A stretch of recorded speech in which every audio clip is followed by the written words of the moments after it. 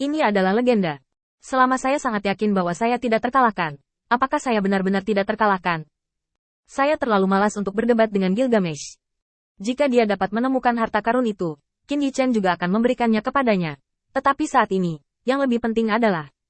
Arthur, Ezio, apakah kamu masih dalam keadaan roh kepahlawanan? Di mana dewa-dewamu? Apakah kamu tertinggal dalam pertempuran cawan suci? Jika ini masalahnya, saya khawatir saya bahkan tidak akan berpikir untuk mendapatkannya kembali. Qin Yichen memandang keduanya. Kekuatan kesatuan roh heroik dan jiwa, roh, dan tubuh sangat berbeda. Yang paling penting sekarang adalah meningkatkan kekuatan mereka secara keseluruhan. Tapi ketika menyebutkan ini, Ezio dan Arthur tidak bisa menahan diri untuk tidak menundukkan kepala. Yang membuat Qin Yichen terkejut. Mungkin dia benar. Tubuh fisikku tidak tersisa dalam pertempuran cawan suci, tetapi sudah tidak ada lagi. Dibandingkan dengan ini, aku ingin mengambil artefak yang tersebar oleh persaudaraan. Mata Qin Yichen berkilat, dan dia menjadi tertarik. Apakah alat ilahi yang Anda sebutkan itu kuat? Besar. Ezio mengangkat jubahnya. Meskipun hanya secercah mata yang muncul, itu penuh dengan ketegasan dan kecemerlangan. Kemegahan persaudaraan tidak dapat disembunyikan oleh para dewa. Artefak itu disebut artefak karena mereka semua memilikinya, dan mereka bahkan telah membunuh para dewa. Hanya. Ezio jatuh ke dalam kerugian lagi. Artefak yang tersebar hilang di banyak tempat di alam semesta. Dan sekarang, urutan Olympus mengatur segalanya. Sulit untuk merebut kembali artefak tanpa mengganggu para dewa. Qin Yichen mengangkat kelopak matanya, sedikit menyesal, dan hanya bisa mengungkapkan dorongannya. Kami akan selalu menemukannya. Faktanya, teman saya dan saya juga telah kehilangan harta yang ditinggalkan oleh leluhur kami. Juga sangat sulit dan penuh untuk ditemukan. Ini berbahaya, tetapi kami telah benar-benar pulih. Percayalah padaku. Qin Yichen dapat memahami suasana hati ini. Arthur tampak kenyang, dan nafsu makan gadis itu tidak besar. Dua lengan batu giok disanggah ke belakang. Mata berkaca-kaca menatap langit berbintang. Keberanian dan ketekunan berangsur-angsur memudar. Setelah pasang surut, dia akhirnya mengungkapkan sinar gadis muda itu harus naif. Aku juga merindukan saudara-saudara ksatria. Aku tidak tahu apakah mereka, dan keturunan mereka, masih ingat semua yang mereka kejar. Aku hanya bisa membenci orang ini karena membuatku menjadi buronan.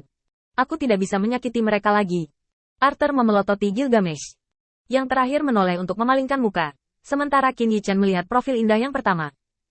Di bawah langit malam yang redup, wajah negeri asing itu unik. Tentu saja, Qin Yichen juga hanya apresiasi murni. Kakak. Haha. Arthur mendengar tawa di telinganya dan mau tidak mau menoleh. Apa yang kamu tertawakan? Bukankah kamu juga menyebutkan, teman?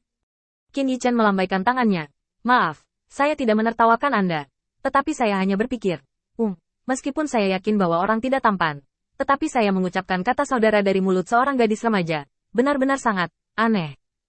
Dan, jika aku mengerti dengan benar, Arthur, ini seharusnya nama pria itu, kan? Meskipun Qin Yichen datang ke sini untuk pertama kalinya, dia masih memiliki sedikit pemahaman tentang peradaban alam semesta ini. Gadis di sini bernama Arthur, sama seperti gadis dari kampung halamannya bernama Zigang. Arthur tidak bisa menahan diri untuk tidak menundukkan kepalanya. Dia sebenarnya sangat tertekan. Tetapi semua ini dibawa oleh pedang di batu, yang memberinya penampilan dan tubuh yang awet muda.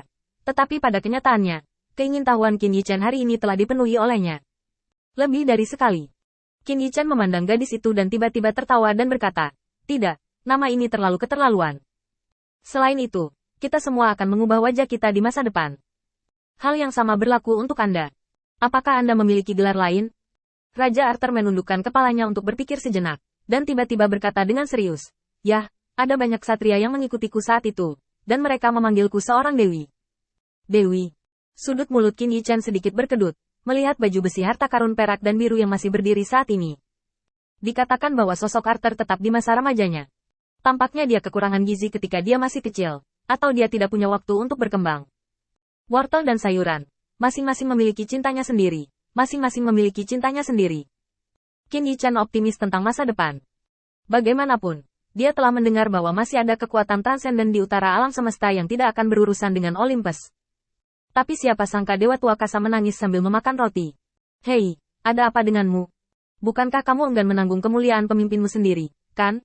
Kasa menghela napas. Tentu saja, dia tidak seperti lelucon Qin Yichen. Roti di tangannya mengingatkannya pada sila yang selalu dia patuhi. Dia bertanya pada dirinya sendiri dalam hidup ini kecuali kesalahan kecil yang dilakukan orang muda ketika mereka masih muda. Selain itu, dia sangat saleh kepada para dewa. Tapi kenapa? Feng, sebenarnya, keraguanku belum hilang. Pertanyaan apa? Suara tongkat dewa tua itu bergetar. Jika kami tidak ditangkap oleh Anda, Tuan Nezio dan Ares, apakah mereka akan benar-benar membuat kami marah? Qin Yichen tersenyum. Sebenarnya, Anda sudah memiliki jawabannya sendiri, bukan?